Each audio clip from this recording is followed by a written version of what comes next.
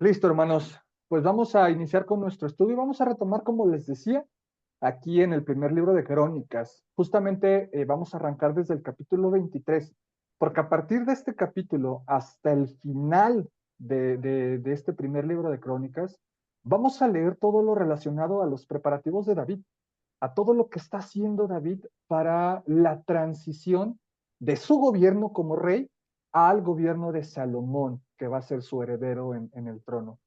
Pero hay algo bien interesante que vimos ayer, hermanos, y les voy a pedir otra vez que tengan allí su Biblia, tengan a la mano primero de Crónicas, tengan a la mano también el primer libro de Reyes y tengan por ahí a la mano el segundo libro de Samuel, que por ahí vamos a tomar un poquito para ver unos versículos. Entonces, si nos dimos cuenta en este capítulo 23, bueno, David se da cuenta de que su hijo, lo menciona en diferentes ocasiones, se da cuenta de que Salomón todavía está muy joven, todavía está muy inexperto para tomar las riendas de la nación. Entonces, lo que David hace a lo largo de estos capítulos es un esfuerzo tremendo para que todo quede lo más organizado posible. O sea, ya sean las leyes como tal, los mismos funcionarios dentro de su gobierno, los líderes religiosos, todo, absolutamente todo, David quiere dejar lo más ordenado posible. Recuerden que a raíz de David, todo el reino de Israel apenas se está amalgamando, apenas se está agarrando forma. Si bien ya se establecieron en la tierra prometida, si bien ya algunos terminaron de conquistar, todavía hay muchas guerras, todavía hay muchas tribus que están por ahí peleando por territorios, hay algunos que no han terminado de expulsar a los cananeos, todavía están por ahí, entonces todavía David está enfrentando muchas guerras, está todavía terminando de amasar lo que va a ser la nación de Israel en ese tiempo. Entonces, David va a organizar desde los cantores, los tesoreros, los sacerdotes, los porteros, los consejeros, los funcionarios, hasta los militares y los jueces. Está organizando todo para que tenga un orden. Y un aspecto a resaltar de lo que leímos allí dentro del capítulo 23, 24 y un poquito del 25 es las tareas de los levitas.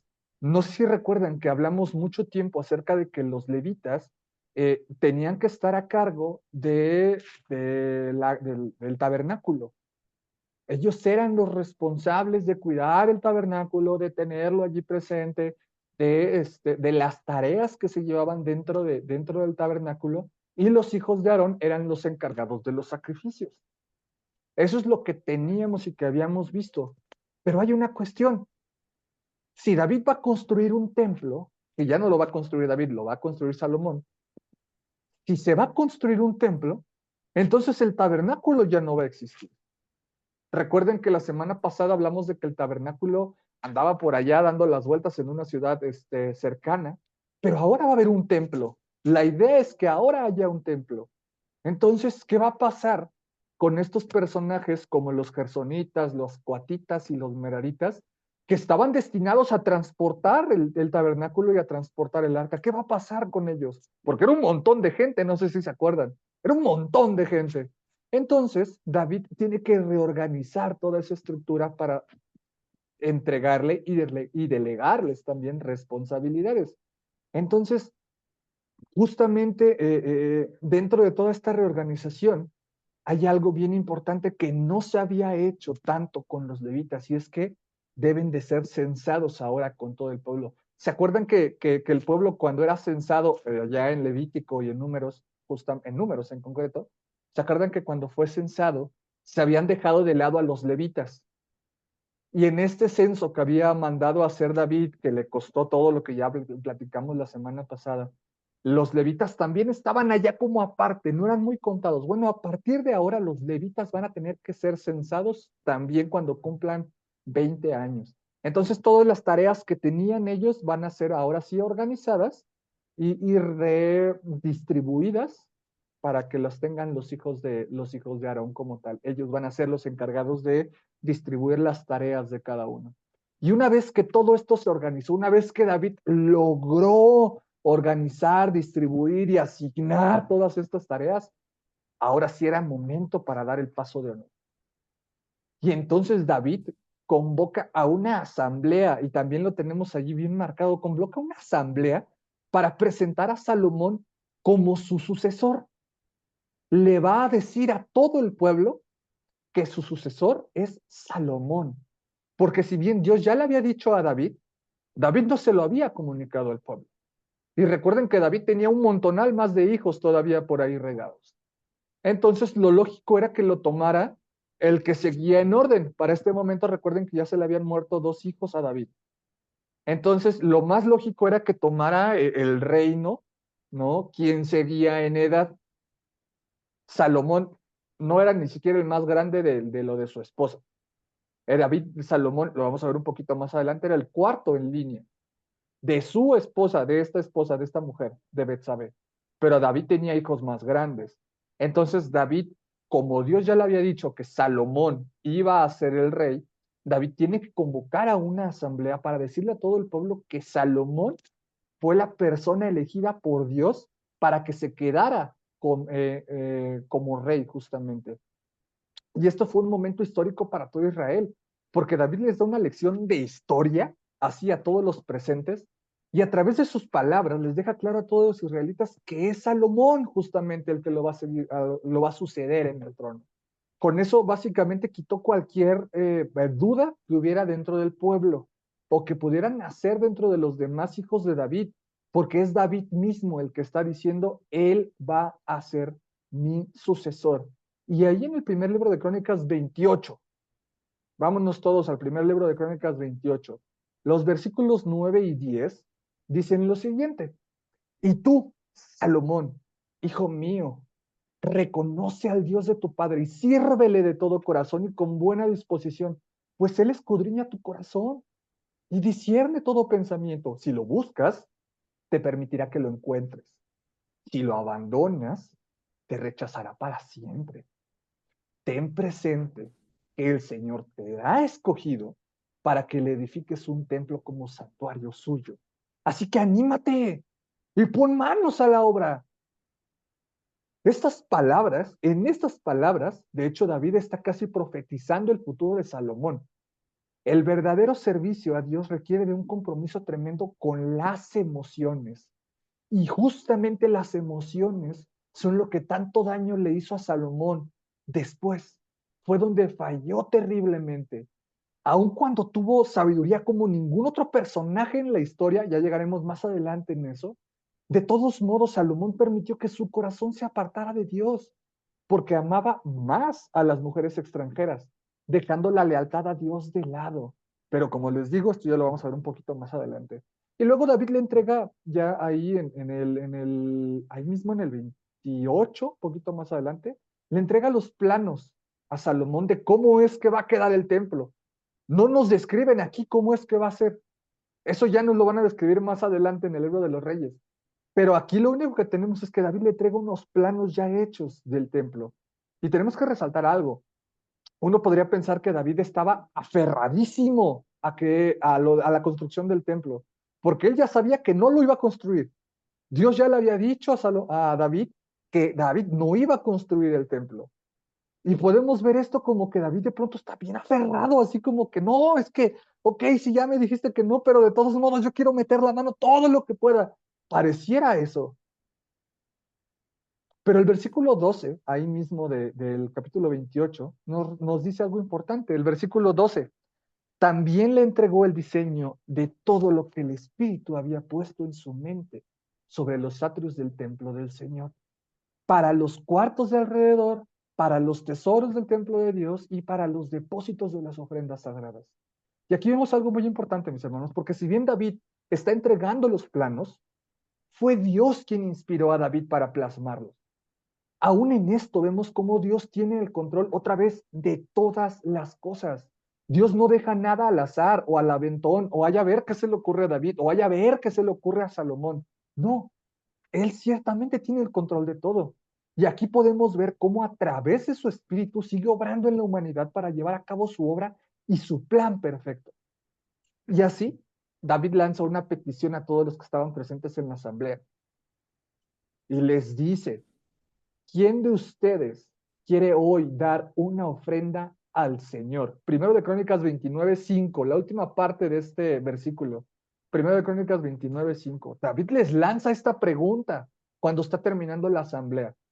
¿Quién de ustedes quiere hoy dar una ofrenda al Señor? Y la respuesta fue maravillosa, porque el versículo 9 dice, el pueblo estaba muy contento de poder dar voluntariamente sus ofrendas al Señor. También el rey David se sentía muy feliz. Esa parte es fundamental. Es fundamental para entender nuestra diferencia. Lo hemos hablado muchas veces, ya llegaremos a octubre donde hablemos acerca de esto en nuestro mes de la mayordomía, pero este texto nos ayuda un montón a comprender la diferencia entre lo que es una ofrenda y lo que es un diezmo. Lo hemos hablado mucho. Una ofrenda es todo aquello que damos en agradecimiento a Dios. No es un porcentaje, no es nada, es algo que nosotros en nuestro corazón decidimos darle a Dios. Y ya sea que las ofrendas sean de dinero, pero también pueden ser en especie, también pueden ser de tiempo, también pueden ser de esfuerzo, también pueden ser de ánimo. Las ofrendas no son nada más de dinero. Tú puedes ofrendar tu tiempo, tú puedes ofrendar tus capacidades, tú puedes ofrendar tu esfuerzo, tú puedes ofrendar tu ánimo. Y eso es algo muy importante que comprendamos acerca de las ofrendas, porque la ofrenda justamente es un medio de adoración a través del agradecimiento que tenemos por todo lo que Dios ha hecho en nuestras vidas. En cambio, el diezmo sí es una parte proporcional que decidimos dedicarle a Dios por sus bendiciones a través de lo que Él mismo nos ha dado. Y ya sea que tomemos la base que muchas veces se habla sobre el 10%, ya sea que sea más, ya sea que sea menos, lo que sea que tú decidas, en realidad, lo que sea que tú designes para esto, que sea constante, porque por eso al final de cuentas es el diezmo, es una cuestión para el servicio del Señor y para su obra. Pero esa es la principal diferencia entre una y entre otra. Uno, tú lo estás dando como una manera de adoración, justamente por lo que Dios está haciendo en tu vida, y otra cosa es lo que tú te comprometes a dar para la misma obra del Señor. Y así David termina con una de las oraciones más apasionantes de la Biblia, y la cual contiene uno de mis versículos favoritos, uno de los primeros versículos que yo me aprendí, al menos en Reina Valera, porque me los aprendí allá en mi pueblito cuando todavía se leía la Reina Valera, que es el primer libro de Crónicas 29:14. Probablemente muchos de ustedes lo conozcan, pero en NBI dice así, pero ¿quién soy yo? ¿Y quién es mi pueblo? Para que podamos darte estas ofrendas voluntarias. En verdad, tú eres el dueño de todo y todo lo que te hemos dado, de ti lo hemos recibido. Esa es una de las oraciones más apasionantes de la Biblia. Y lo está diciendo David aquí en este momento. ¿Quién soy yo? ¿Quiénes somos nosotros para darte esto de manera voluntaria? Si tú ya eres el dueño de todas las cosas, todo lo que tenemos lo hemos recibido de ti. Eso es increíble, son palabras increíbles de parte de David. Y una vez que todo esto se dice y una vez que todo esto se platica, la gran asamblea termina con sacrificios y holocaustos, mostrando la adoración a la cual David le tenía tanto afecto. Y nuevamente se corona a a Salomón como el rey. Y es así como Salomón va a tomar el lugar de su padre. Y la Biblia nos dice que tuvo éxito. Al igual que a David, todo Israel lo obedeció. Pero David aún no se muere para este momento. Sin embargo, sí se hace más viejo. Y aún a pesar de que todos los preparativos ya estaban hechos, cuando el poder pende de un nido, es común que quienes buscan el poder intenten tomarlo por sus propios medios. Y ese caso fue el caso de Adonías, otro de los hijos de David, el cual va a intentar dar un golpe de estado sin derramar sangre. Pero antes de entrar a esta historia que está justamente marcada en el libro de Reyes, en el primer libro de Reyes, vamos a revisar algo sobre este libro, tal como lo hemos hecho con los libros anteriores. Y justamente, para comprender un poquito más acerca de todo lo que habla este libro de Reyes, como lo hemos visto con Samuel y como lo hemos visto con Crónicas, tenemos que comprender que tanto el primero y el segundo libro de Reyes, en la versión hebrea de la Biblia, del Antiguo Testamento al menos, era un solo libro. ¿Vale? Nosotros lo tenemos separado por una cuestión de organización, porque de hecho el libro de Samuel nos sirve como un antecedente histórico de todo lo que vamos a ver en el libro de Reyes. Incluso, como ya lo platicamos justamente cuando vimos, cuando entramos a leer el libro de Samuel, que la versión griega del Antiguo Testamento, esta versión que se llama la Septuaginta, une estos 4 libros, primero y segundo de Samuel y primero y segundo de Reyes, y era un solo libro. En esa versión era un solo libro que formaba el libro de la historia israelita. Y ellos en la Septuaginta lo que hicieron fue separarlo en 4 secciones. Y fue cuando nosotros ahora sí nos heredan esta parte de que es el primero y el segundo libro de Samuel y el primero y el segundo libro de Reyes. Pero en la versión, en la versión hebrea del Antiguo Testamento y en la versión griega, en la Septuaginta, estos formaban un solo libro grandote. Y bueno, mientras los libros de Samuel nos cuentan una historia, como ya lo vimos, que ocurre en menos de un siglo. Recordemos que la historia de Samuel empieza con la vida de Samuel, nos saltamos a la vida de Saúl y termina el libro de Samuel con David. Todo ese periodo de tiempo no abarca más de 100 años. De hecho, la siguiente semana les voy a compartir una línea de tiempo de todo esto, porque abarca más o menos del 1060 antes de Cristo al 970 antes de Cristo. O sea, abarca un periodo de más o menos unos 90 años. Todo el libro de Samuel, o sea, todos los 2 libros de Samuel que tenemos, ¿no? Pero el libro de Reyes, o las 2 partes del libro de Reyes, abarca alrededor de 4 siglos. Por ahí del 971 antes de Cristo hasta el 586 antes de Cristo. Son casi 400 años lo que abarca el primero y el segundo libro de Reyes. De manera así muy resumida, el libro nos cuenta la historia de un pueblo guiado por 2 caminos diferentes. Es la historia de reyes buenos y la historia de reyes malos, de profetas verdaderos y de profetas falsos, de lealtad y de desobediencia a Dios, así como de toda la odisea espiritual de Israel y de la fidelidad de Dios a su pueblo. Eso es lo que vamos a ver en el libro de Reyes. Y el propósito principal del autor de este libro, pues en realidad no era otorgar solamente información histórica. O sea, no es nada más un libro de historia. Más que eso, el autor del libro de Reyes quería evaluar toda esta odisea espiritual de Israel, aquella que provocó el juicio de Dios sobre su propio pueblo. Por lo mismo dedicó bastante atención en resaltar las responsabilidades de los reyes, todos estos reyes que vamos a ver enumerados más adelante. El autor de este libro se encarga en resaltar su responsabilidad según lo establecido a los pactos con Moisés y con David. Y por eso nos vamos a encontrar que hubo reyes que hicieron lo bueno ante los ojos de Dios y nos vamos a encontrar con reyes que hicieron lo malo ante los ojos de Dios. Se va a remarcar aquellos que manejaron correctamente sus responsabilidades y se va a hacer también hincapié en el ministerio de los profetas que van a actuar como mensajeros con autoridad de parte de Dios. Ahora, se considera como autor del libro de Reyes a Jeremías. Principalmente se le atribuye el libro de Reyes a Jeremías, este profeta del cual vamos a leer un poquito más adelante. Porque Jeremías era un sacerdote también, aparte de ser profeta, era sacerdote. Su acceso a las autoridades máximas del gobierno por la posición que tenía, también el gran interés en los acontecimientos religiosos, en los acontecimientos políticos y en los acontecimientos sociales que ocurrieron durante la caída de Judá, la cual la vamos a ver un poquito más adelante, justamente narrada en este libro. Y en verdad que ninguna otra persona estuvo en mejor posición para conocer la situación espiritual de la época y acceder a los registros estatales. Información, o sea, Jeremías tuvo la oportunidad de acceder a los registros estatales, de acceder a la información histórica y con esto tener toda la información para escribir este libro.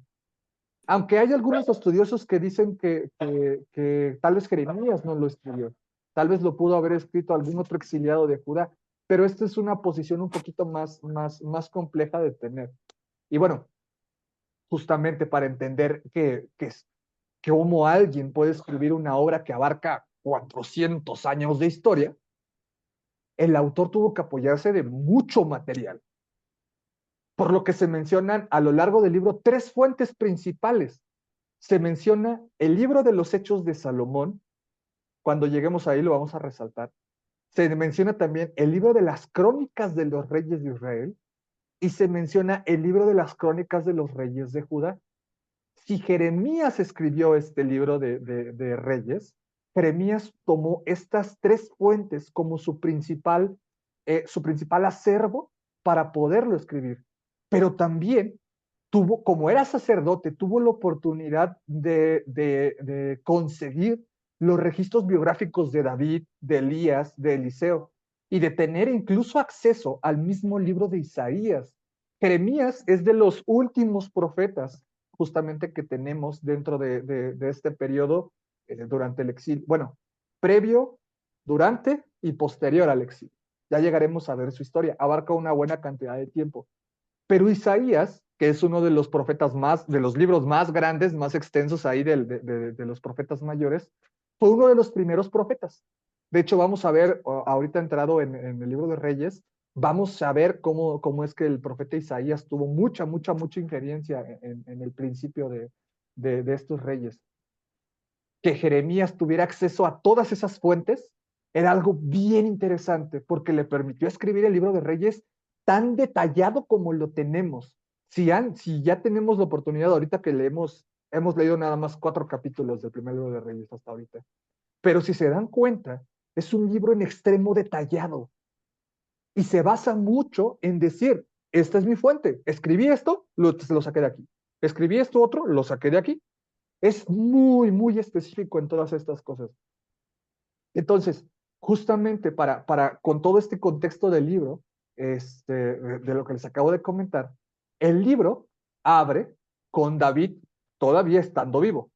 Si bien el libro se va a centrar en la historia de Salomón al inicio y después de una buena cantidad de reyes, el libro abre con David todavía vivo y nos cuenta de hecho sus últimos años. David ya era muy viejo. Ya para este momento vemos ahí en el primer capítulo de Reyes que David era muy viejo y que le costaba entrar en calor, dice la historia. Entonces sus consejeros le recomiendan una práctica que era muy común de la época, que tome a una esposa joven para que pudiera dormir junto a él y que le sirviera para calentarlo. Eh, Hay una cuestión aquí, porque esta esposa no era necesariamente para tener encuentros sexuales ni nada por el estilo, solamente era una persona que iba a estar a su lado para brindarle calor y que no se tuviera que enfermar, no tuviera que tener muchísimas más complicaciones de salud. Pero iba a contar como una esposa más, porque iba a dormir junto a él. Entonces, esta recomendación se lo hacen sus consejeros. Y algo interesante, como lo hemos hablado mucho a lo largo de la vida de David, es que en ningún momento vemos que nadie consulte, o que alguien más bien consulte esta decisión al Señor, o que incluso vayan a consultar a Natán, el profeta que estaba ahí junto con David. Nadie va y nadie hace esto. Entonces toman una decisión otra vez por su propia cuenta. Y eso los va a llevar a tener un problema más adelante. Y es así, ahora sí, cuando regresamos con este personaje Adonías que les decía. Porque Adonías había nacido poco después de Absalón. Absalón, recuerden que es el hijo mayor de David, y Adonías era uno de sus hijos siguientes. Era uno de los hijos que le nacieron en Hebrón. Y aún a sabiendas de que el trono ya se lo habían designado a Salomón, como es un momento de transición, como es un momento delicado, como es un momento de inestabilidad, Adonías sabe que él podía tomar el trono aunque no le tocara a él. Y sabía esto porque la gente lo quería mucho. La narración ahí en el primer libro de Reyes nos dice que la gente lo quería mucho. Y entonces lo que hace Adonías es, va a hacer un movimiento estratégico para tomar el reino. Hay un movimiento aquí que nos narra la historia y es que Natán y Betsabé, hay un acuerdo, una plática entre Natán, el profeta, y Betsabé, la mujer de David, la madre de Salomón. Hay un movimiento que hacen que genera que David vuelva a coronar a Salomón, de hecho, porque Natán va y le dice primero a Betsabé, oye, pues ¿qué onda? O sea, ¿cómo está eso de que Adonías ya ya dijo que él va a ser el rey y ya le empezó a decir a todo el mundo, pues ve tú y dile a tu marido David que vuelva a coronar a Salomón para que todos sepan que él es el rey. Y se genera todo esto, se genera toda esta situación. Y cuando se entera Adonías de que esto acaba de pasar, todos los que estaban con él celebrando y festejando de que Adonías iba a ser el rey, dicen, patitas, ¿para qué las quiero? Vámonos, córrele. Como cuando estás en la oscuridad y prendes la luz y ves cucarachas así que salen volando para todos lados. Así, parece que les prendieron la luz en la pachanga que estaban haciendo ahí con Adonías. Les entró el miedo con todo y córrele, patitas, ¿para qué las quiero? Porque aquí si nos agarran contigo, nos van a matar. Todos se dispersan, todos los que estaban con Adonías se dispersan por temor a las represalias.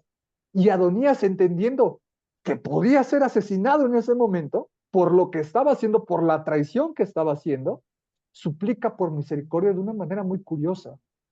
Va y se agarra del cuerno, dice, del arca del pacto, para que así le perdonen la vida. Al final, Salomón de hecho le otorga misericordia y lo manda de regreso a su casa.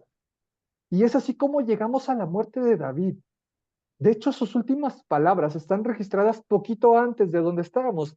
El segundo libro de Samuel, 23, del 1 al 7, ese lo leímos, ya creo que ya tiene como 3 semanas que leímos o 2 semanas que leímos este pasaje. Y en el último discurso que le da Salomón, lo tenemos registrado justamente aquí en el primer libro de Reyes, capítulo 2, del versículo del 1 al 9. Ambos registros son palabras maravillosas, porque son las últimas palabras de David. David ya está a punto de morirse. Uno de los personajes más importantes de la Biblia está por morirse.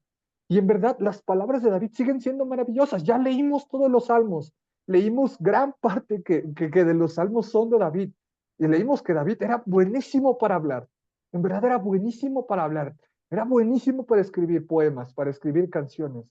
Y estas últimas palabras no quedan en menos, al contrario, son palabras muy hermosas.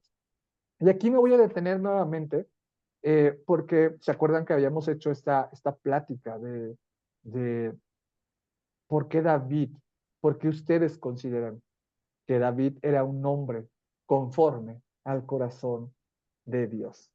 ¿Recuerdan que habíamos hecho esta pregunta al inicio de la vida de David? Hemos ya expuesto hasta este punto un montón de la historia de David. ¿Ya cuántos estudios abarcamos nada más y David todavía sigue vivo?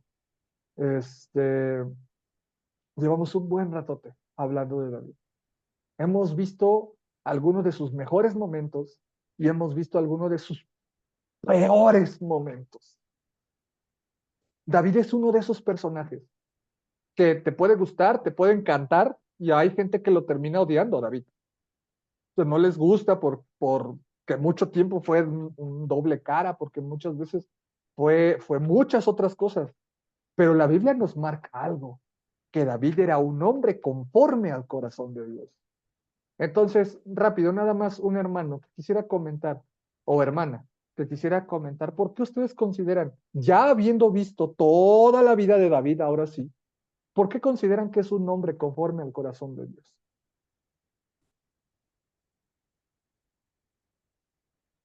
¿Por qué consideramos que, perdón? Que David era un hombre conforme al corazón de Dios, ¿no?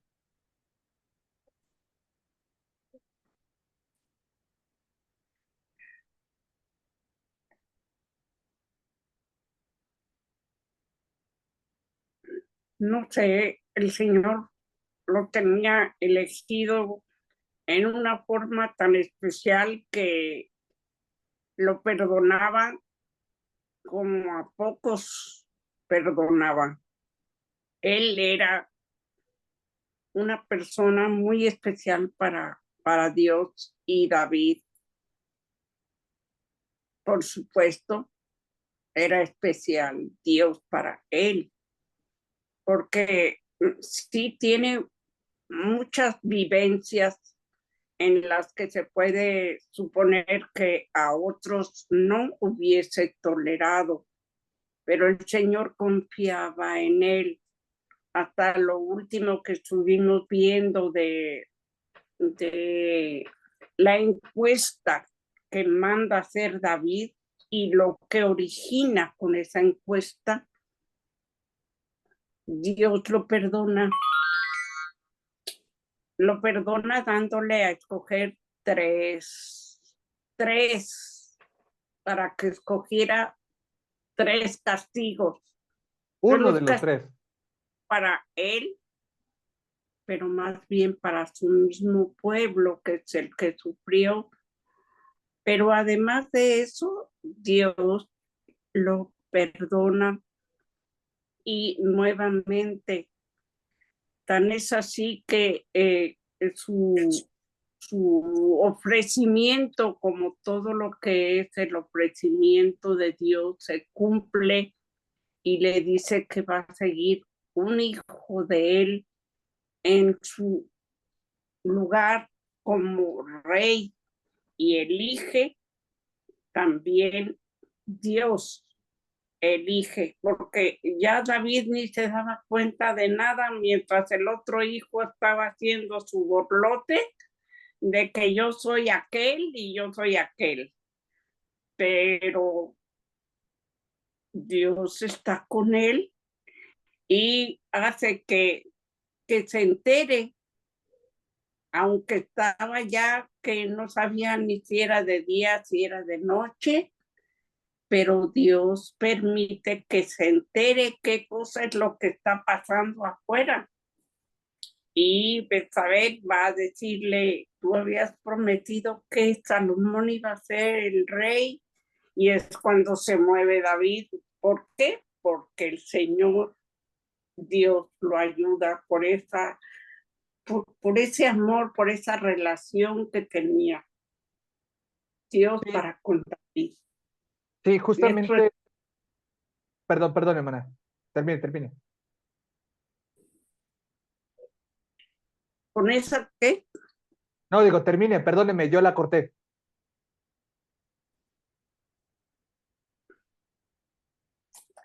pues no podemos saber ni de David ni de nadie, consultar al Señor por qué. ¿Por qué quiere a fulano? ¿Por qué quiso a Mengano? ¿Por qué no quiso a este otro? Nosotros, como lo que somos, no podemos consultarle a Dios. ¿Por qué? ¿Por qué lo quisiste? ¿Por qué fue así?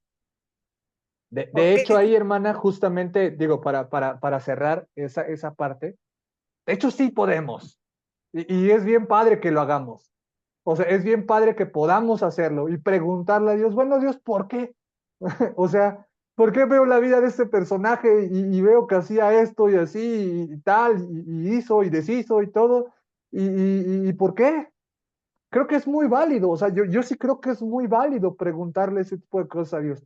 Y justamente esta cuestión de por qué era un hombre conforme al corazón de Dios, usted dijo algo muy importante. Dios lo Yo, perdonaba. yo no me atrevería a preguntarle a Dios por qué. No, sí, Jamás.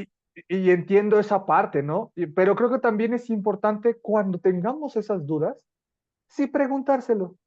O sea, tal vez en algún momento decirle a Dios, oye Dios, ¿por qué? Y no en el afán de decir, de criticar a Dios por su decisión, ni de reclamarle, ni de decirle, simplemente, oye Dios, es que tengo esta duda. ¿Por qué? ¿Por qué? No sé ¿Por qué, qué? ¿No? no sé a qué me vaya a contestar. Ah, ahí sí ya, a ver, quién sabe, ¿no? Uno quiere Ah, preguntar, uno ándele, que que se atenga a la respuesta, ¿no? Es, entonces, justamente esta parte. eso es lo que yo opino. ¿Quién sabe qué es lo que opinen los demás? Si están de acuerdo o no, que se le pregunte al Señor. No, hermana, y muchas gracias por su respuesta, en verdad, muchas gracias por su respuesta en este sentido. Porque justamente lo que nos lleva a la vida de David, hermana, es cuando hablamos de que David era un hombre conforme al corazón de Dios, lo platicamos desde la primera vez, pero sí era importante que viéramos toda su vida para poder llegar a esa conclusión. Porque, como le decía, usted dijo algo muy importante. Dios perdonaba a David. Y todo el tiempo que David se acercó a Dios para pedirle perdón, Dios lo perdonó. En verdad, Dios lo perdonó. No le quitó las consecuencias de su pecado, porque sufrió las consecuencias de sus malas decisiones. O sea, eso sí las enfrentó, pero sí Dios perdonaba su pecado. Y justamente el clavo que se había dicho desde hace ya algunas semanas, ¿por qué David es un hombre conforme al corazón de Dios? Porque siempre tenía este anhelo de regresar al Señor, aún cuando hacía lo que hizo. Siempre había ese deseo en su corazón de que cuando se equivocaba, iba y le pedía a Dios perdón. Ese, ese atributo de David, esa capacidad que tenía David de llegar con Dios, aún en sus peores momentos, porque tuvo momentos terribles, en verdad que los tuvo. Tuvo momentos que nosotros ya los leímos. Hubo momentos terribles en la vida de David. Y aún en eso, David comprendía que Dios lo podía perdonar. Y eso es algo que todos tenemos que tener bien en claro hoy en día, porque muchas veces caemos en una cuestión que no tiene que ver con el arrepentimiento, sino que cae en la culpa. Y la culpa nos consume. La culpa nos arrastra al hoyo. Tenemos que diferenciar muy bien entre lo que es la culpa y lo que es el arrepentimiento. El arrepentimiento, cuando llegamos ante Dios y nos arrepentimos por alguno de nuestros errores o por alguno de nuestros pecados, quiere decir que estamos reconociendo que Dios puede perdonarnos, pero que también nosotros tenemos que dar un giro completamente para ya no seguir en ese camino y corregir esa actitud, esa acción, lo que sea que hayamos hecho. Y entonces Dios es fiel y es justo para perdonar nuestros pecados y librarnos de toda maldad, dice Pablo. Entonces, ¿por qué otra vez David era un hombre conforme al corazón de Dios? Porque aún, más bien no porque aún, porque todo el tiempo sabía que tenía que acercarse a Dios. Cuando no lo hizo, como lo que acabamos de ver justamente de esta decisión de traer a la tsunamita, cuando no lo hizo, enfrentó las consecuencias de no hacerlo. Pero David siempre tuvo la conciencia de que ante cualquier situación tenía que ir ante Dios. Eso es lo que hacía que David fuera un hombre conforme al corazón de Dios. Y eso es lo que nos debería hacer a nosotros en la actualidad, hombres y mujeres conforme al corazón de Dios. Cuando buscamos estar con Él, cuando buscamos parecernos a Él, cuando buscamos obedecerle, eso es lo que nos hace un hombre y una mujer conforme al corazón de Dios. ¿Vale? Entonces, para cerrar justamente toda esta idea, porque estamos terminando ya con la vida de David. De hecho, estimamos que David murió a los 70 años, ¿no? No hay un momento específico en la Biblia que nos diga, como otros reyes, que murió a tales años exactamente. Pero con las matemáticas ahí, justamente tenemos que David murió a los 70 años y fue sepultado en Jerusalén, allí en su ciudad, la ciudad de David. Y actualmente en Jerusalén hay un lugar que pregona ser la tumba de David. Sin embargo, es algo llamado un cenotafio, que en realidad es un lugar más como un monumento que en realidad la tumba como tal. Este es un espacio que en la actualidad, en donde en la actualidad, perdón, se realizan oraciones y servicios ahí de parte de los judíos y de algunas iglesias protestantes e incluso ortodoxas en conmemoración al rey David. Entonces, muchos tienen ese lugar allí en Jerusalén, cerca del templo, como que esa era la tumba del rey David. De hecho, está muy cerca de otro lugar importante en la historia cristiana y judía, porque imagínense que está aquí la tumba de David y enfrentecito está el lugar donde se considera que fue la última cena. Están ahí pegaditos, ahí en Jerusalén. Entonces, con eso estamos cerrando básicamente la vida de David. Y algo para resaltar en todo esto es que el compilador del libro de Crónicas nos dice respecto al material que utilizó para contarnos la vida de David, así como se los acabo de decir con el de Reyes, el de Crónicas también nos dice, ahí el primer libro de Crónicas 29 y 30, si lo tienen ahí a la mano, dice lo siguiente: todos los hechos del rey David, desde el primero hasta el último, están escritos en las crónicas del vidente Samuel, del profeta Natán y del vidente Gad. Allí también se registra lo que tiene que ver con su reinado y su poder. También lo que le sucedió a él, a Israel y a los pueblos vecinos. Entonces, es importante resaltar estos versículos porque nos ayudan a ver que estos escritos justamente tenían como fundamento archivos históricos. No son solamente inventos que alguien se sacó de la manga. Hay registro histórico de todo esto.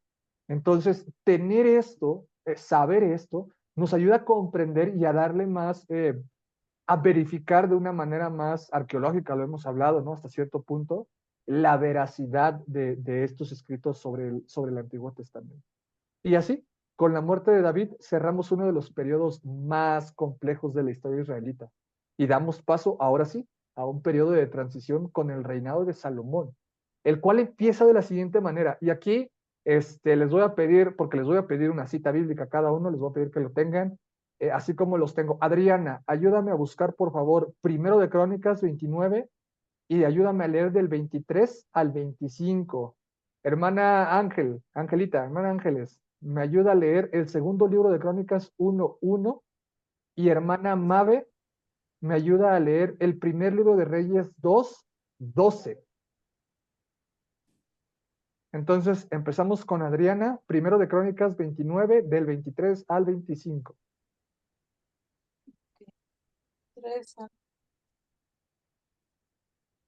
Ok, como yo tengo una Biblia que es nueva traducción, déjame checar la NBI.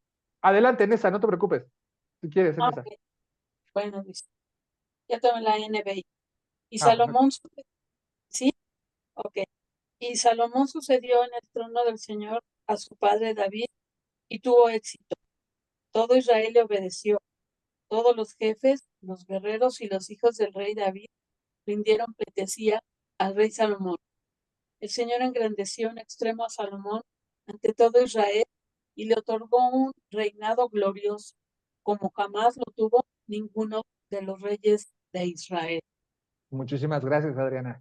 Segundo libro de Crónicas 1:1, hermana Angelita.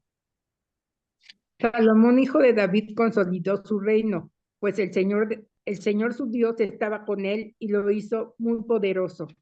Muchísimas gracias. Hermana Mabe, primero de Reyes 2:12.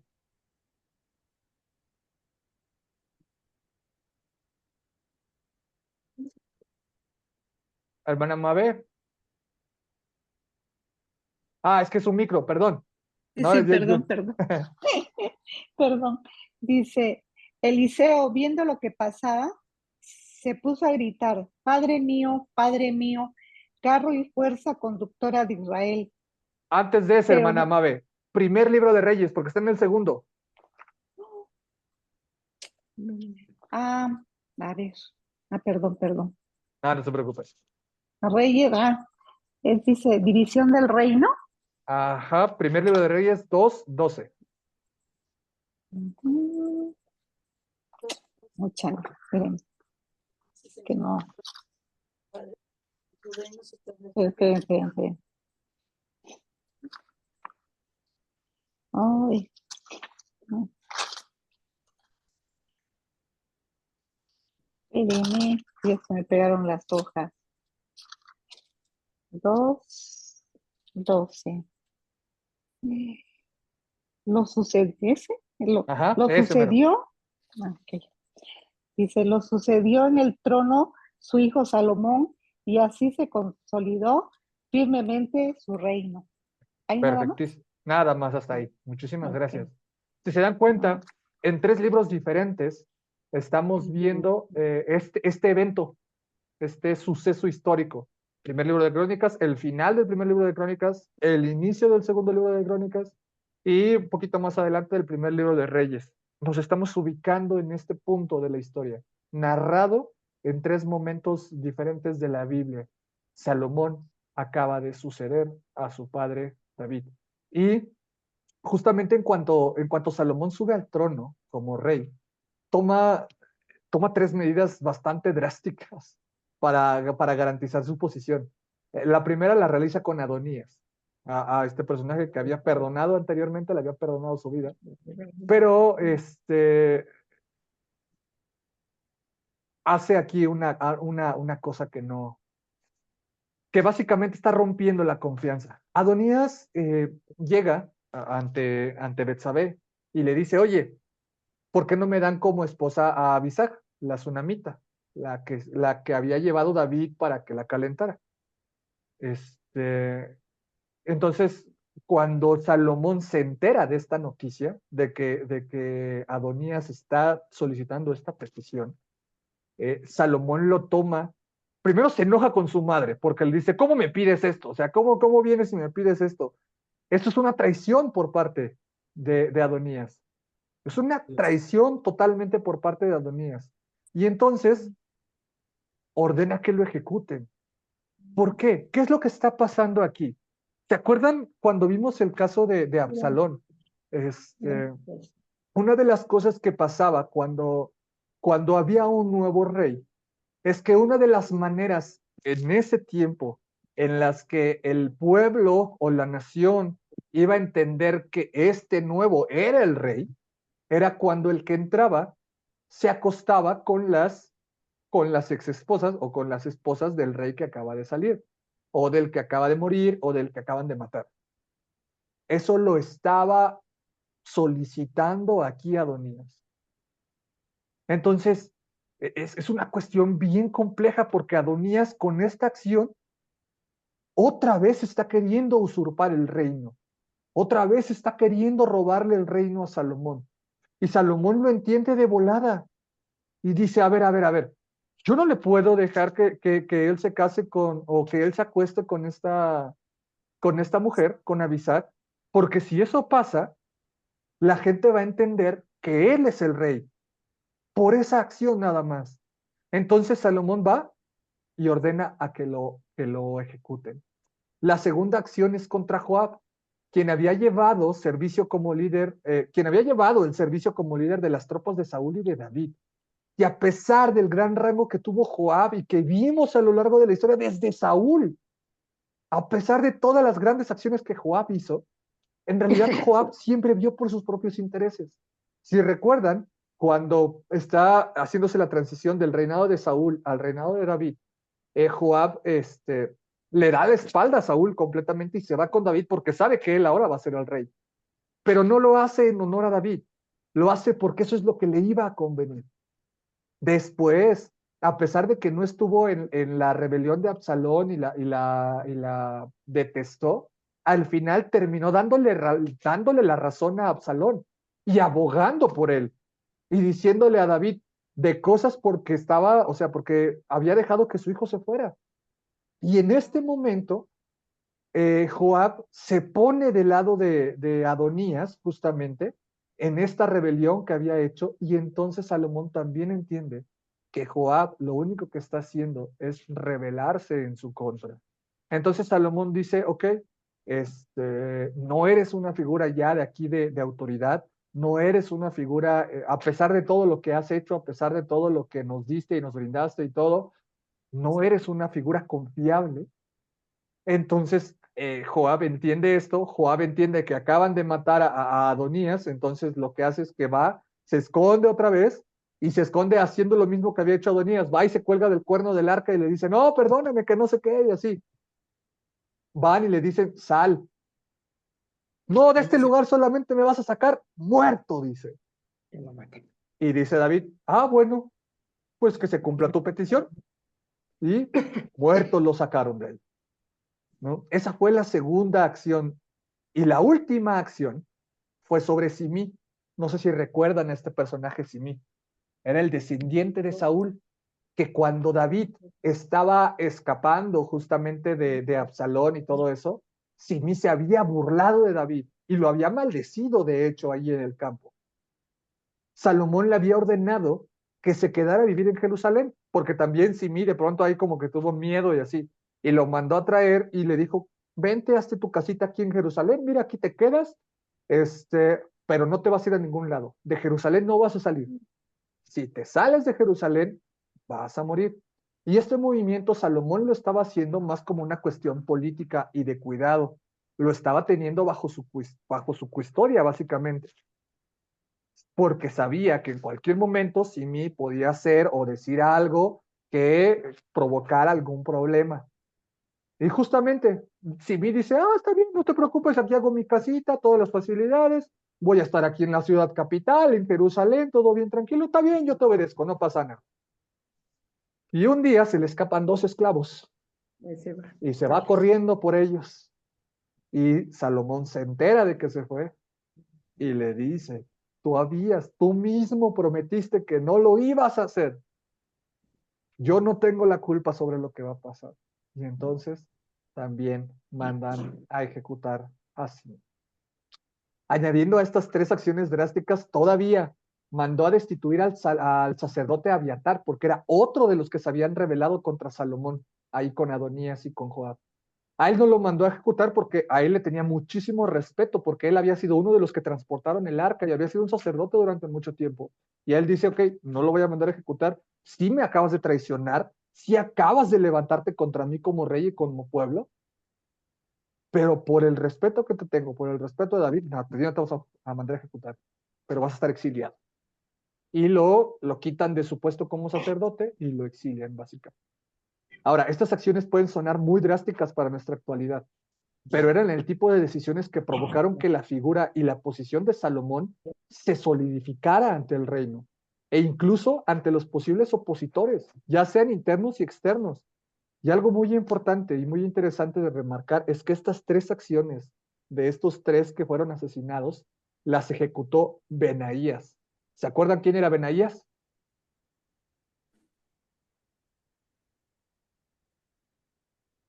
Lo vimos el domingo. Lo tienen ahí anotado en su boletín. ¿Se acuerdan quién era Benaías?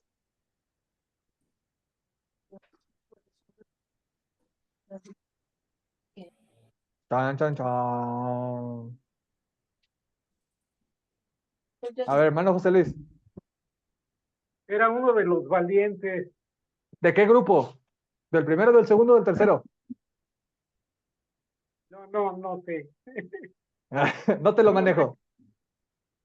Benaías era del segundo grupo de valientes, justamente. Es el que peleó con un león en una cisterna cuando estaba nevando. Es aquel que mató a un egipcio con un palo. O sea, Benaías estaba poderoso y era el que había quedado como el líder del ejército, de la guardia personal, de hecho, de David. Pero no fue Ahora, contado en 30 valientes, ¿no? no fue contado entre los 3, en el grupo de los 3, dice. Ah, ok. O sea, no era del primer grupo de los 3, era del segundo grupo de los otros 3 de los que fue a sacar agua de allá del pozo de Belén, justamente. Entonces, ese era Benaías. Ese sí era de los acá. Ahora, vamos a dejar aquí esta parte, porque justamente hay unas cuestiones que quiero revisar de Salomón, pero las vamos a ver la siguiente semana, porque quiero dar paso a Primero de Reyes 4. Termina justamente hablando acerca de la sabiduría, de la demostración de la sabiduría de Salomón. Vemos ahí una de las historias más interesantes que vamos a discutir la siguiente semana, que es la historia de las 2 prostitutas que le van a dejar el bebé y que no saben de quién es el bebé, y esta historia que probablemente es la más famosa que conocemos de Salomón. Pero esa la vamos a ver la siguiente semana. Vamos a platicar y vamos a discutir un poquito acerca de ella la siguiente semana. Quiero hoy, a partir de ahorita, los últimos 20 minutos que tenemos aquí, que ahora sí, me cuenten un poquito acerca de los proverbios que pudieron encontrar, el tema que ustedes escogieron y los proverbios que escogieron para comentarnos ahorita. Y voy a empezar así como los tengo en mi cámara, hermanos, ¿vale? Entonces, Adriana, pues eres la primerita que está en mi cámara. Entonces, adelante. A ver, Moy, aquí al respecto quiero aclarar, o sea, lo que nos estás preguntando es acerca de de los proverbios que tenemos calendarizados y que escogemos uno y lo publicamos, o que íbamos a escoger el tema y ver en qué parte de proverbios se habla. Eso, Estoy bien. Ah, esa ok. segunda, exactamente. Bueno, pues yo creo que a lo mejor se va a repetir con varios, pero pues yo pensaría en la sabiduría, en la inteligencia, en hablar de los padres y las madres y los hijos. O sea, porque eso lo hace, lo habla repetidamente. Incluso hay una, hay una parte que yo leo en Proverbios y que siempre se me ha quedado muy grabada o que siempre tomo en cuenta a nivel personal y práctico, que habla de que al Señor le gustan las medidas justas y no adulteradas. Y yo les comparto que eso lo hago por lo que yo vendo del producto de la granola. Entonces, cada vez que yo peso ese producto, siempre me acuerdo de ello, porque puedo dar de más, pero no de menos, porque al Señor le gustan las medidas justas, hablando de que no puedo hacerlo de otra manera, porque sería fácil. Perfectísimo. Sí, entonces, concretamente, sí, te digo, hay muchas cosas, realmente Proverbios menciona sabiduría en muchos sí, en muchos capítulos, pero ya a nivel personal y de práctica, yo les compartiría ese de que al Señor le gustan las medidas justas, no adultas, Perfectísimo. ¿vale? Muchísimas gracias, Adriana. Y sí, justamente esta es la idea, un tema y los proverbios que ustedes encontraron respecto a ese tema, o así, de una manera muy sencilla, y por qué, en concreto, así como lo hizo Adriana ahorita, ¿no? La justicia, la sabiduría aplicada en la justicia, este proverbio en concreto, y por esto, ¿no? Entonces, por ahí a un lado está Manolo. Sí. También fue de la sabiduría, amor. Ya sabes, es que prácticamente todos los proverbios hablan de sabiduría. Entonces yo encontré algunos que me gustaron. Por ejemplo, en Proverbios 3, dice, hijo mío, no te olvides de mis enseñanzas, más bien guarda en tu corazón mis mandamientos. Sí, eso es muy importante, es uno que subrayé. Otro que decía, confía en el Señor de todo corazón y no en tu propia inteligencia. Reconócelo en todos tus caminos y Él allanará tus sendas. Entonces, si nosotros confiamos en la sabiduría, bueno, y otra parte que dice que el principio de la sabiduría es el temor al Señor, ¿sí? Si nosotros nos enfocamos en la sabiduría del Señor, en el temor del Señor, vamos a tener resultados sabios, siempre resultados positivos. Entonces, para mí, te digo, la sabiduría es la base de todos los proverbios. Realmente, casi en la mayoría habla de la sabiduría, y que Perfectísimo, es muchísimas gracias, Manolo. el oro y la plata. Ah, perfectísimo. Muchísimas gracias. Hermana Mabe, ya vi que ahí está bien orgullosa con su lista. Su micrófono, hermana Mabe. Bueno, es que estaba buscando otro que no hubiera subrayado de la sabiduría, porque digo, ya, no todo, no todos vamos a hablar de la sabiduría. Entonces, por ejemplo, esto que también subrayé, que dice advertencia contra la insensatez. Dice, hay 6 cosas que el Señor aborrece y 7 que le son detestables. Los ojos que se enaltecen, la lengua que miente, las manos que derraman sangre inocente, el corazón que hace planes perversos, los pies que corren a hacer lo malo, el falso testigo que esparce mentiras y el que siembra discordia entre hermanos.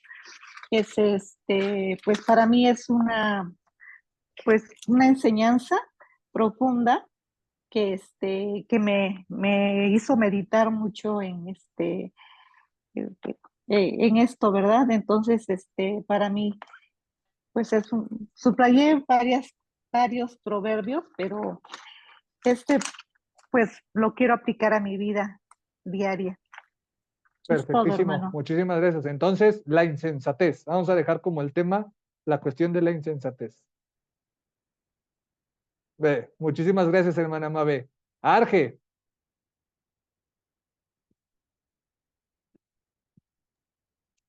Sí, yo coincidí con Adriana. Yo estuve sacando, es la primera vez que leo, es de decir, es la primera vez que leo los proverbios. Y me encontré con que habla mucho de sabiduría. Es muy repetitivo, sabiduría y corazón. Entonces yo estuve escribiendo y leyendo sobre esto, entonces sí me incliné más hacia lo que hablaba de sabiduría y corazón.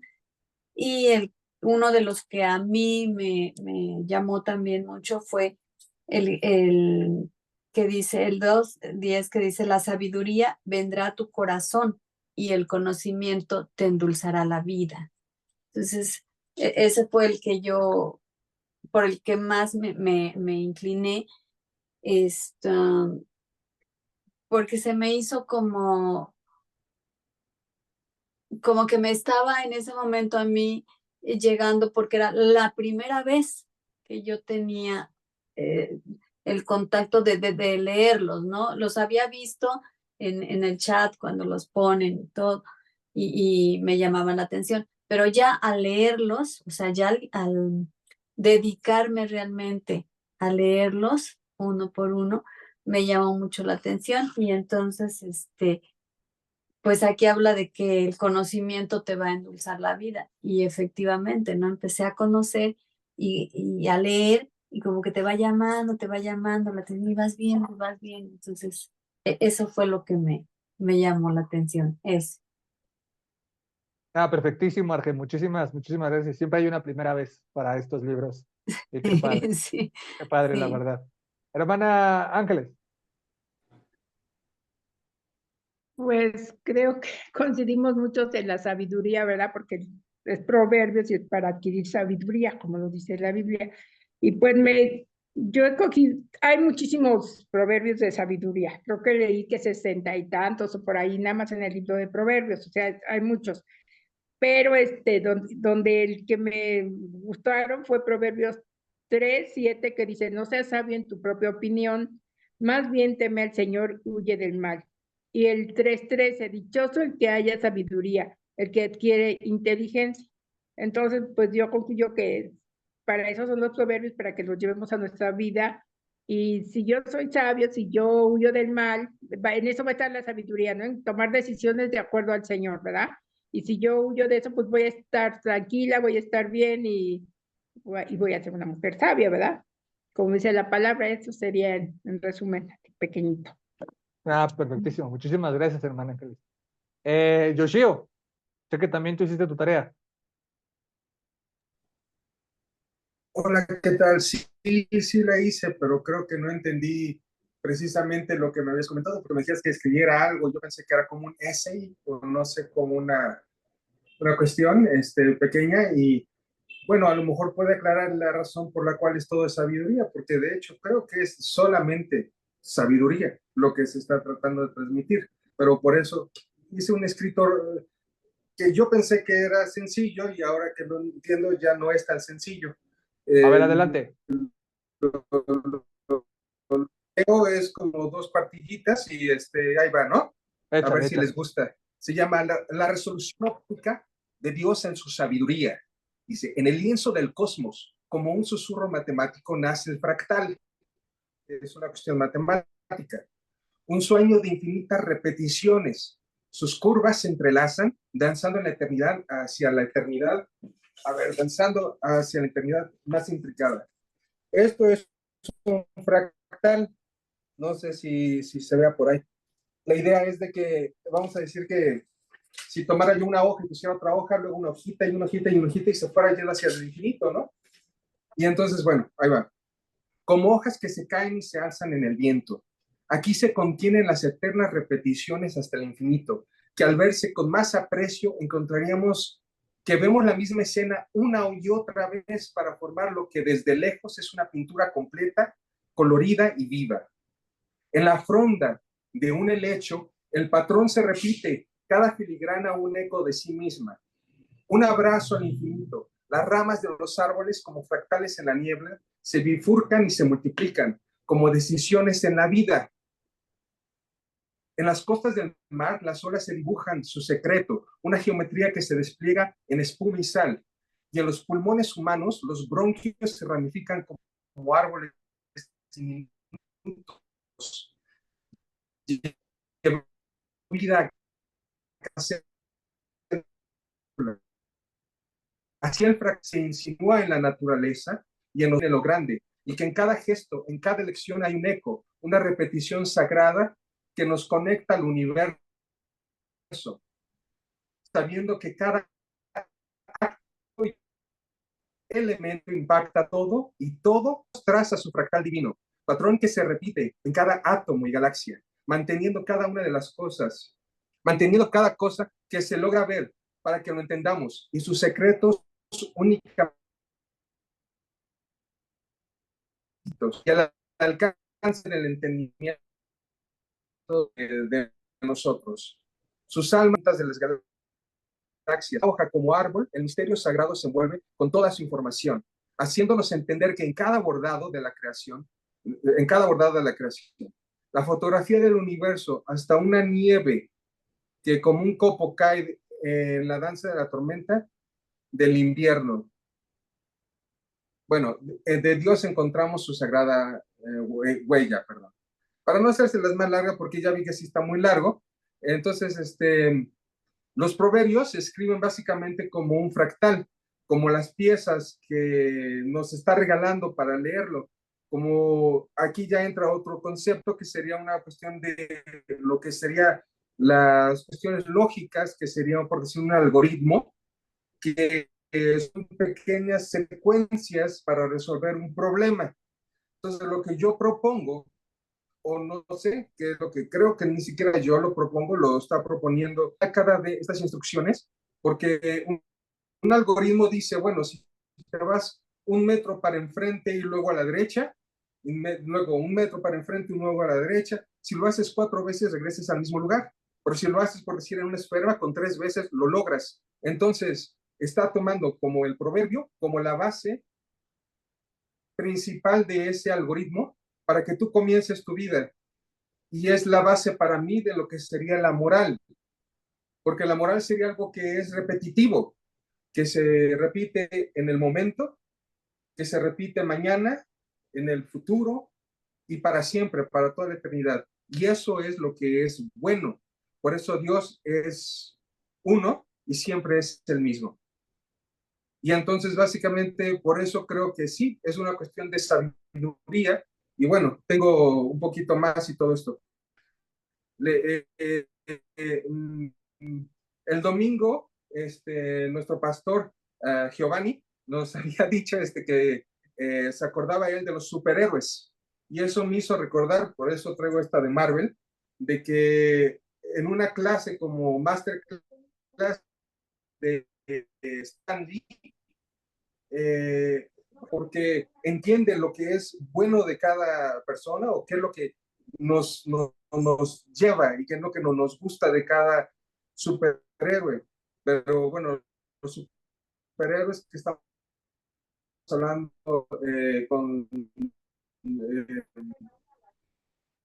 no eran realmente superhéroes, sino que eran héroes realmente. Para ser un buen villano, lo tienes que escribir como si fuera un superhéroe, porque él mismo, el villano, es un superhéroe, de acuerdo al mismo. Él está haciendo algo en contra de toda la terquedad de toda la gente, ¿no?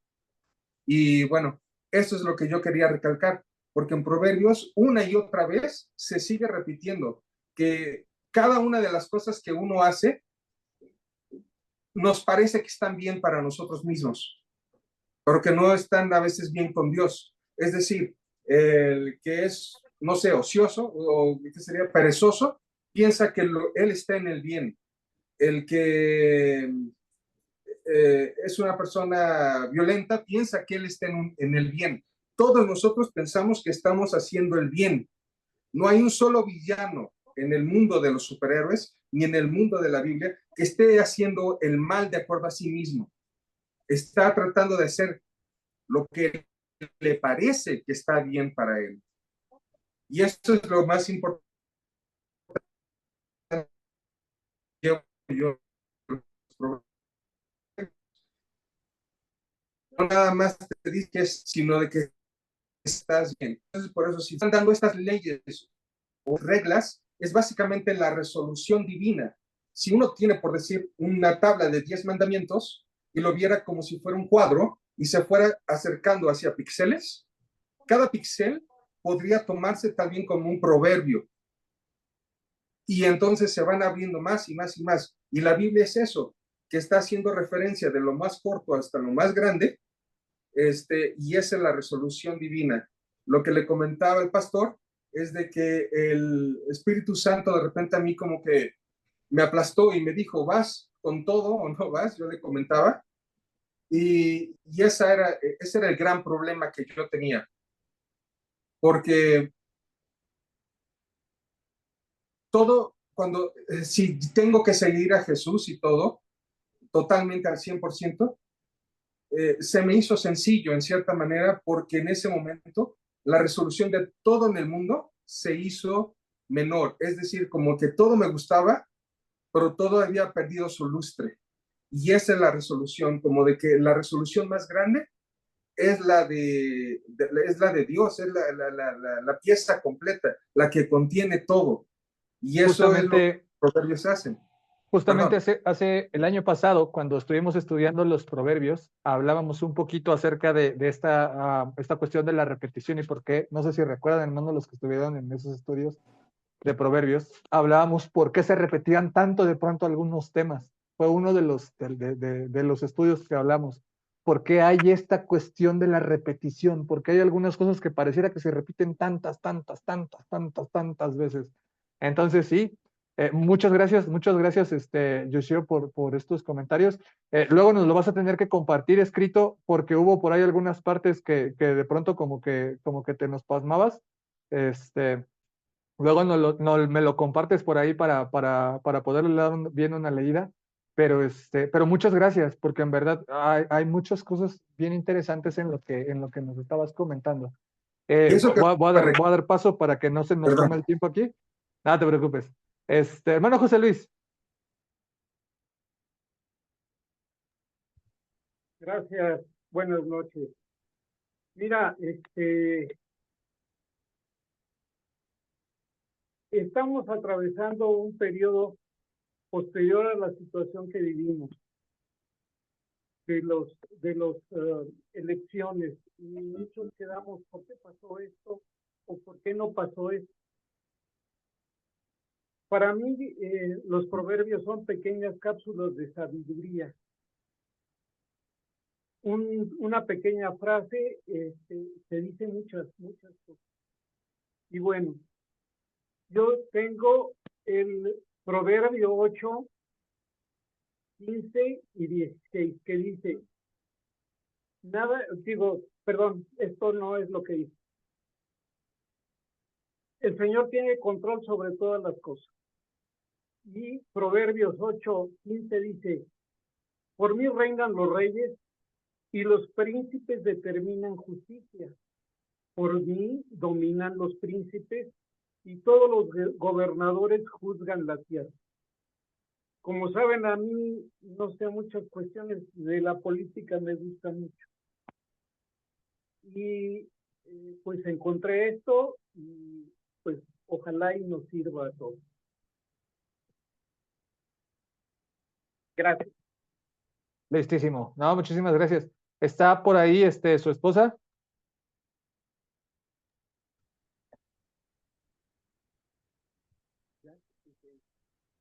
Bueno, yo tengo el proverbio es 15, para 16 y 17. Dice, más vale tener Hermana Basi, perdóneme que la interrumpo. ¿Puede acercarse un poquito más porque casi no la escuchamos?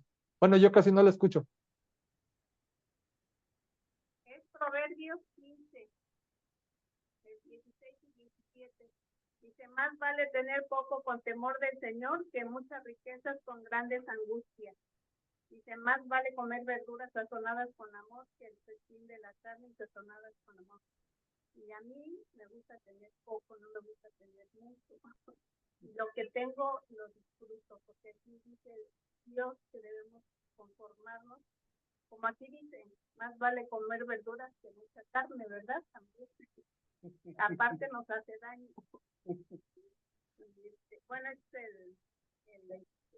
el proverbio. Perfectísimo. Muchísimas gracias. De vez en cuando un bistecito no hace tampoco tanto daño. Este, tengo aquí después Eli. Bueno, cualquiera de ¿Eli las tres Morales? Eli, porque tenemos tres Elis. A ver, Eli Morales. Ok. Bueno, yo el tema que escogí es el temor del Señor. O sea, Ok. no sé si entendí bien la tarea. Yo lo que hice es que desde el primer capítulo hasta el 24, que es donde vamos, subrayé todos los versículos que hablaban sobre el temor del Señor. ¿Así era el asunto? Es correcto.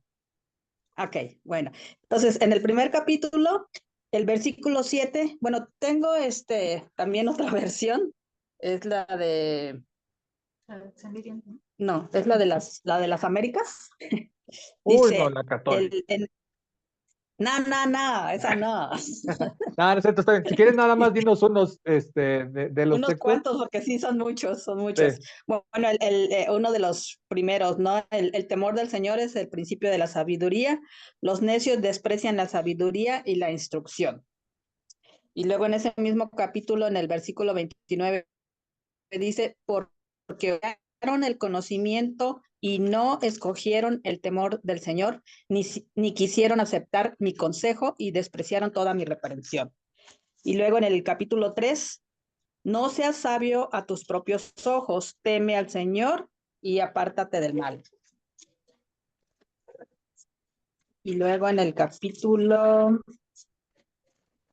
en el 8, dice, el temor del Señor es aborrecer el mal, el orgullo, la arrogancia, el mal camino y la boca perversa, yo aborrezco. Y luego, es que hay muchos muy buenos, la verdad. Dice, Échale el que algunos. anda en rectitud teme al Señor, pero el de perversos caminos lo desprecia. En el temor del Señor hay confianza segura, y a los hijos dará refugio. El temor del Señor es fuente de vida para evadir los lazos de la muerte. Mejor es poco con temor del Señor que gran tesoro con turbación. Ese es en el capítulo 15. En el 16 dice, con misericordia y verdad se expía la culpa, y con el temor del Señor el hombre se aparta.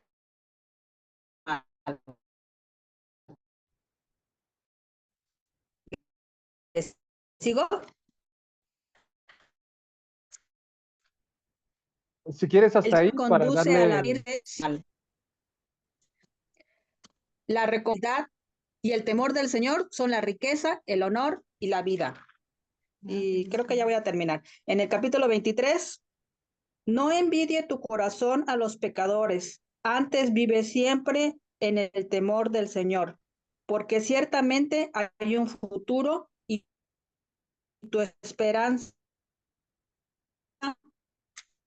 no será cortada. Y por último, el Señor no te des que a veces cuando nos explican, hay gente que dice temor de tener miedo, pero ese temor de tener miedo, o sea, aparte de ese temor reverente a Dios, de ese reconocimiento a lo que Él es, a su soberanía, a su conocimiento, a todo, pero yo creo que cuando nos ponemos a pensar que estamos delante de un Dios todopoderoso, pues sí debería de darnos miedo, ¿no? Eso es todo, hermano. Sí, digo, más que miedo, creo que más bien es esta parte del reconocimiento de entender ante quién estamos, ¿no? Justamente lo que engloba esto que comentabas, ¿no? Del temor. Gracias, Eli. ¿Verdad? Muchísimas gracias. Eli Galeano, no sé si tuviste chance de hacer esta tarea. Sí, la Ah, hice. perfectísimo. Adelante. Bueno, yo escogí el tema de humildad porque hay muchos temas muy repetidos y realmente había pocos versículos con él. encontré básicamente 4 versículos y en 15:33 dice, el temor del Señor imparte sabiduría, la humildad procederá a la honra.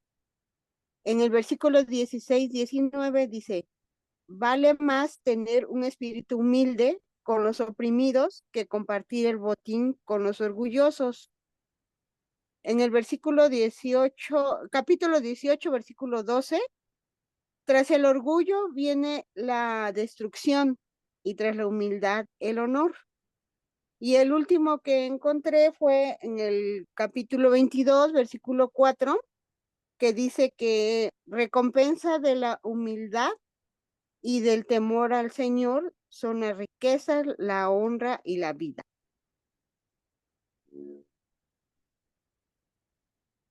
Ok, vale. ¿Por qué la humildad, Eli?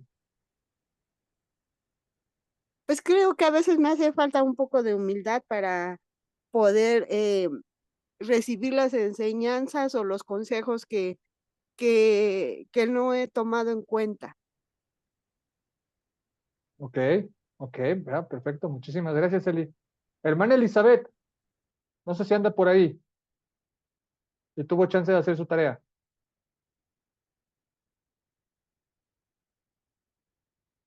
No, creo que ya no nos escucha. Ok, bueno, entonces vamos a dejarlo aquí, hermanos.